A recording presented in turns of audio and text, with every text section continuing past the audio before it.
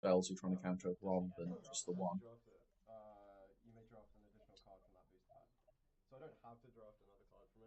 Ah, all the new cards have the collector numbers before the reprints.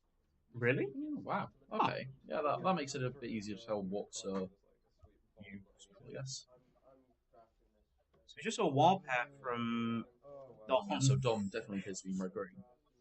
It's a So very Mike's just opened another oh, dramatic visions there. that's a very very good card. What Um, the 1/2 death yeah, touch you so get for? it's I don't know the first word, but it's of the Black Rose. And Yeah, essentially those were. Death Touch. When it enters battle, you become Monarch. It's a really good Monarch enabler. It is. The Monarchy system is really clever. Yeah, it's I going to be really interesting to see like how it. that Yeah. plays. I have to say. So obviously where we've seen all more of the new cards first rather than the reprints, it's difficult to sort of tell how much of the set is you become the monarch, whatever the name for that mechanic is. I think it's just monarch. But yeah, if there's a lot of it, it arguably becomes each card becomes worse.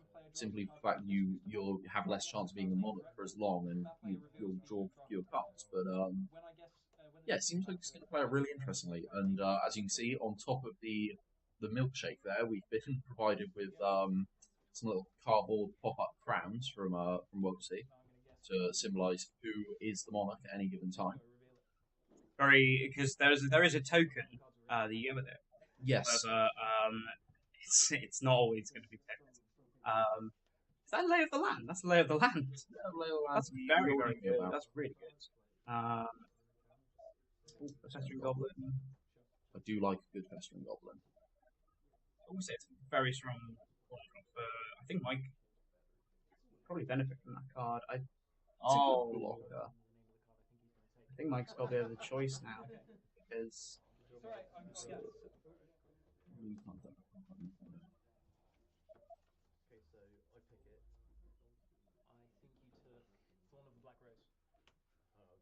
I'm just going to message downstairs and get them to.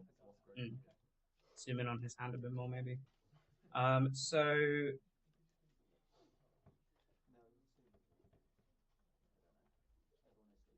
leave Mike will probably Well, show yeah, it this to is a them. nice pack of Mike. There are a lot of cards in his colours.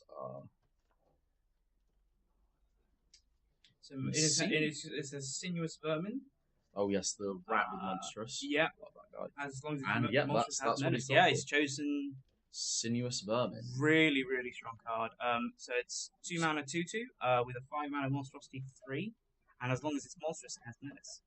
That is very very good for a common. Yeah, I mean a 2 mana 2/2 is not as hot in multiplayer as it is usually going to be in draft, but you know it's not a terrible rate, and the fact that you can fairly easily, I mean 5 mana is not a massive amount. Turn it into a 5/5 menace. That's that's very relevant. I think Mike has just picked his first conspiracy, so it's hired hired hired heist. heist. That's the hidden agenda. You name a creature card, and whenever a creature with the chosen name deals combat damage to a player, you may pay 1 blue, and if you do, draw a card. So I'm not sure how amazing that's going to be in the sort of fairly controlled shell Mike seems to have been going for, but I guess with his menace rat he's just got, that's he can work towards some invasion in that and slowly start Yeah, drawing more cards in the late game. if you can get a lot of good removal and potentially some more counter spells, you can definitely get. Oh, Rune Servitor is back. That was in the first conspiracy draft. That's a 2 mana 2/2 artifact. When it dies, each player draws a card. When we have a Bonds of Quicksilver from Mike, Flash, enchant creature, 3 and a blue. Enchant creature doesn't untap during its controller's untap step, which is some relatively good removal. Oh, he seems to have another one in this pack as well. So you may well have double Bonds of Quicksilver, which it's not awful. Removal is removal. Yeah, he seems to have gone for the second one. And a second Festering Goblin as well. We've just seen. Yeah, he's definitely got two. Yeah. So we've seen Bonds of Quicksilver and Festering Goblin in the same pack twice in a row. we've Wow. definitely got a really strong control shot from Mike here. Now he just needs some really big bombs. I'm not sure what that was. Council's Mike just Dilemma held up to the is. camera there, but We'll see that in a minute. you Council's guys Dilemma is another really good mechanic from the set. It's Messenger Jays. It's a 5-mana. 5-mana 2/2 flying. It's got the new ability Council's Dilemma. When it enters the battlefield, each player, starting with you, votes for Feather or Quill. Put a 1/1 counter on it for each vote of Feather, and you draw a card, then discard a card for each vote of Quill. And after that, Mike has gone for an Omen Speaker, which I like in this set. Blocks well, and Scrying 2 is never bad. Thinking what you're going to draw next. And Soy Man, probably pretty good for him. Oh, so I could have taken. Yeah. So you could have waited. You could have waited until you opened your next pack. Oh, damn. So he's got in his hand one of the new agendas, which is a hidden agenda, and whenever the creature you name deals card damage to a player. It gives those creatures 5 breathing.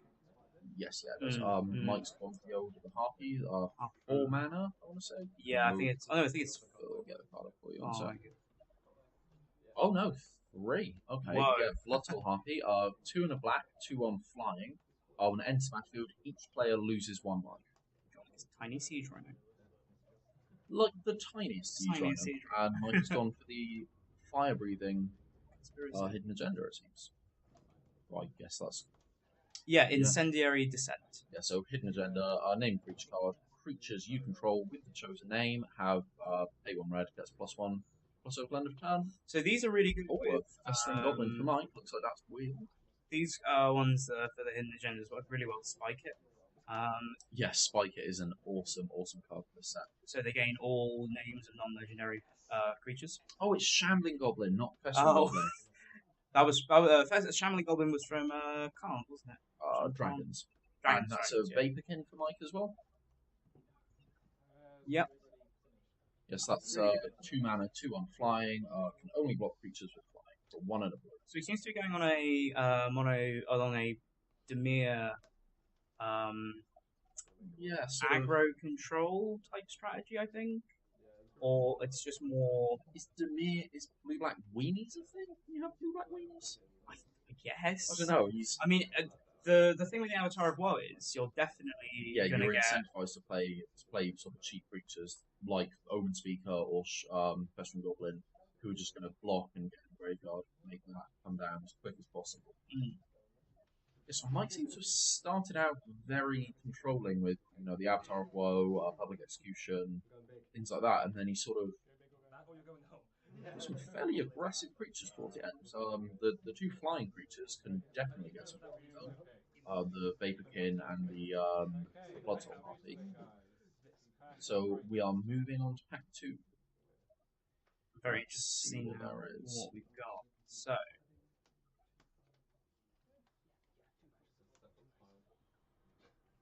Voyaging Satyr.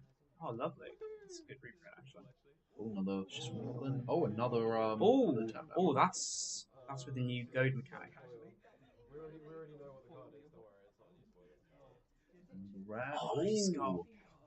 It's the Savant. Yes. Yes. So you draft it face up. Do you want to grab the spoiler? Yeah. So.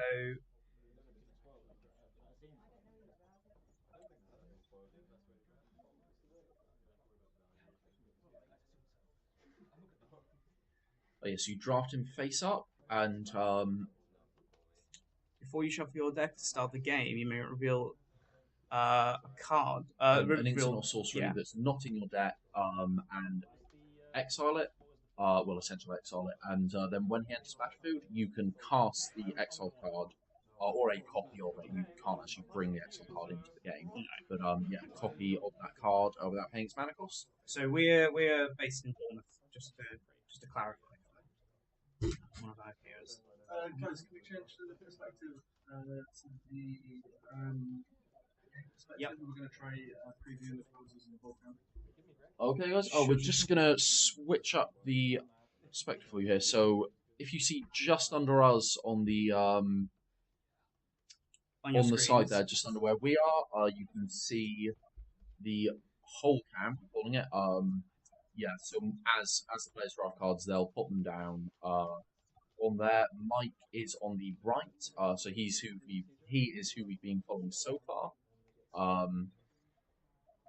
So Arcane Savant is 5 mana 3/3. Before you shuffle your deck to start the game, you may reveal this card from your deck and exile an instant or sorcery card you drafted that isn't in your deck. When it enters the battlefield, copy a card you exiled with the card's named Arcane Savant. You may cast the copy without paying its mana cost. So if you have 2 Arcane Savants, you can sort of get a bit of a toolbox going. Then when either one enters battlefield, you will have 2 spells to choose from. If you have 3, you'll have 3 spells. So they are very, very good in monsters. Another Sinuous Vermin from Mike. Yep, so that's the Menace Monstrous Rat. Really good picks from Mike. Mike's ended. And if you're interested, Mike is on the top left corner with the Marchesa playmat on the main view there.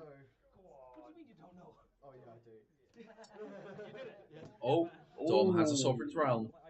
So that's Very the nice. Conspiracy. Yeah, we've not been following Dom much, but he is now basically in all colours. Okay, so we'll try and sort out the glare on the other side. Yeah, we'll just Sue, cover up yeah. Dom's hole because we've not been following so far. Yeah, so underneath the card preview count is Mike's packs and his picks. Yeah, this is pack 2. This is it's about the 5th pick in. Another Vaporkin from Mike. He seems to be. Is that? No. Oh wow! Keepsake Gorgon. Keepsake Gorgon, yes. That's amazing. I believe that's a new card. Yeah, that is amazing. So this is it green black monstrous? Yeah. Very, very surprising to be honest. I don't know. I really like that. I think just slamming that and having the threat of removal, like attack me, I'll block my death touch guy, kill your other guy. I think that's a very strong card in multiplayer games for sure. Stormchase Chimera. Yeah, we're trying to sort out the camera issues on the whole cam here. Yeah, we're sorry about this. Stormchase Chimera. That's another strong reprint.